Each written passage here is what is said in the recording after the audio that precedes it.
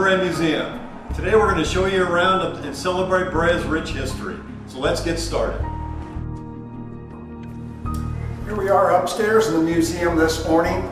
We'd like to highlight the sign that exists today up by the theaters on the corner of Birch Street and Brea Boulevard. It originally was installed south of Birch on Brea Boulevard before World War II. It was here clear up into the mid-60s before a truck hit the framework and damaged it to the point that it needed to be removed. But thank goodness we did save the sign, and it has been reinstalled up on the corner of Birch and Brea. Before the city of Brea, the town was called Randolph. The city, as you know, Brea means tar, and the city was founded on the discovery of oil. Behind me is a panoramic photo taken in 1919 of the early oil fields. And this is looking north towards where the Nike base eventually would end up. And here looking west is towards La Habra. Other photos here represent the old oil derricks built out of wood. And we were fortunate enough to have certain models here that were built by oil field workers who unfortunately had some injuries at one point, but they kept them busy working, and they built these models. Oil was a very important part of Brea from 1898 up through many, many years. Here we are in the upper room of the museum. Again, we're with an old gas pump built around 1920.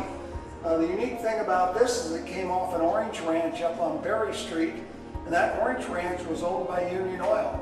Union Oil owned so much property in Brea in the early days where they weren't putting in more oil wells, and yet they wanted to get some income off their land. They started orange ranches. So there are actually orange ranches in Brea owned by Union Oil Company. Hi, my name is Barbara Yates Vega, and I'd like you to meet my great-grandfather. This is W.D. Schaffer.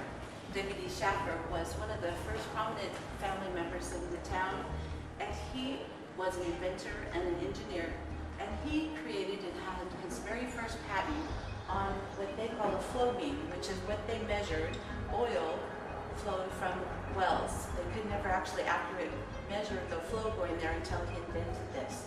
Then he also invented a blowout preventer, also known as a Schaffer gate. And this was invented to prevent the high pressure oil from becoming a gusher when it was being drilled. They manufactured this on the Schaffer Tool Works building that was at Birch Street and Redwood. And this started in about 1926. The buildings had other stores and shops that were a couple other places in the state of California, also in Houston and in Wyoming. They were all over, the companies all over bought this equipment, and he was very much a very prominent member of the community. He was a member of the Brea Congregational Church. He was one of the members of the first school board trustee, and he was mayor of the town from 1933 to 1946. I wish I would have met him, but he passed away in 1946 before I was actually 14 years before I was born. Thank you. Hi, you are standing in the center of Brea back in about 1915 when this was Pomona Avenue looking south. And as you look down here, you'll see this is where there used to be an airstrip down on the south part of here. And you'll see this is where the Brea Bakery was, which is now Sam's Place. And as you go down, you're going to be going towards Ash Street, which this would be facing west. And then you have now is a parking structure and the Ash Street cottages. And then you have probably the church that's on the corner there on Ash. That's good.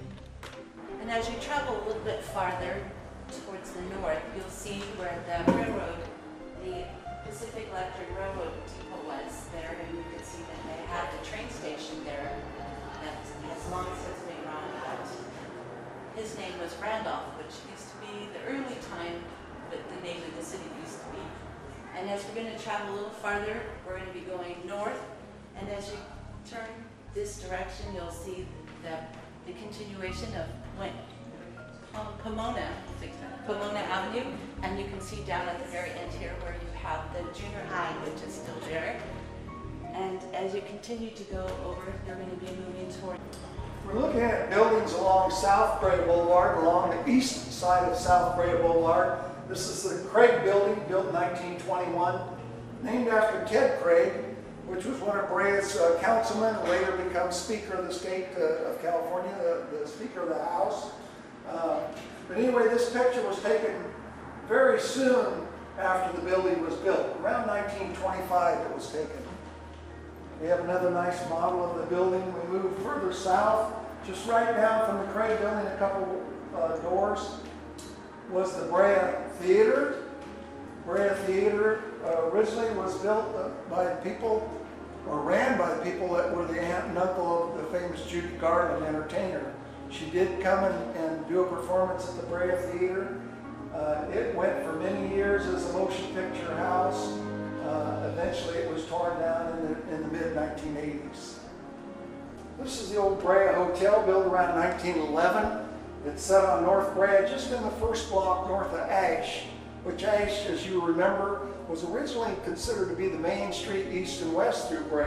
So it's set on the 100 block of Brea, North Brea. We see it here in this picture.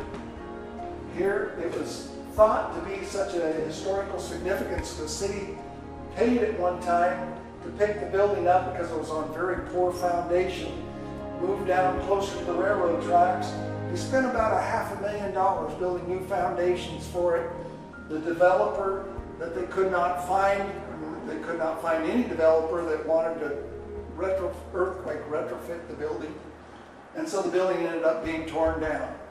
The next building, the Nathan Wall Building, was built back around 1911 also. It had a boarding house upstairs, a number of shops downstairs for many years. Somewhere, we think, before World War II, someone felt Ash Street was going to be so busy that they paid to have the building picked up, turned 90 degrees and faced Ash Street. Ash Street never really developed much, and therefore the building kind of went into disrepair. About 1970, the building was torn down. Behind me is a mural looking north in the hills of the oil fields near Stearns Lease. The photo has a lot of farmers that would grow their barley and different crops, dry crops, in the oil field properties that did not produce oil. And the oil companies would generate income just as they would with the citrus. Back up here is where the new Brea High School was built. Wildcat Way runs up to this area here of the hills, and the freeway is a little bit west of there.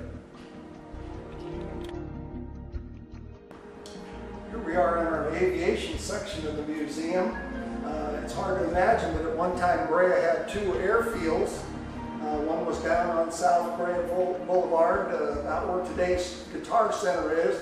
The other one was out by basically where Walmart is, east of Walmart a little bit, in the field out there. But the aviation industry really picked up here in Brea in the early teens. Became so popular they started the Brea Aero Club. They had air meets at the big airfield out there where famous people like Eddie Rickenbacker, the World War I flying ace, flew in for air shows. Jimmy Doolittle flew in after a cross-country speed aircraft flight he made. This was well before the Tokyo Jimmy Doolittle runs. Anyway, Brea had a manufacturing plant up on Brea Boulevard by the railroad tracks. Their claim to fame was they manufactured this little plane called the Hummingbird. They got into designs on aircraft for having a single wing, where in those days most of the aircraft had double wings. So anyway, this little airplane, the Hummingbird, was very successful, but it was taken out to the air show one day here at the airfield out on, it was Carolina in those days, today it's Kramer Avenue. This young man, 23 years old, was flying the plane in circles around the airfield. They just put a new, more powerful engine on it. They told him, don't give it full throttle, because they're worried about the airframe of the aircraft handling the power. They could hear him throttling up, and sadly one of the wings broke off and he went in and killed himself that day. So this is kind of a sad picture of the young man sitting on the wing of his airplane.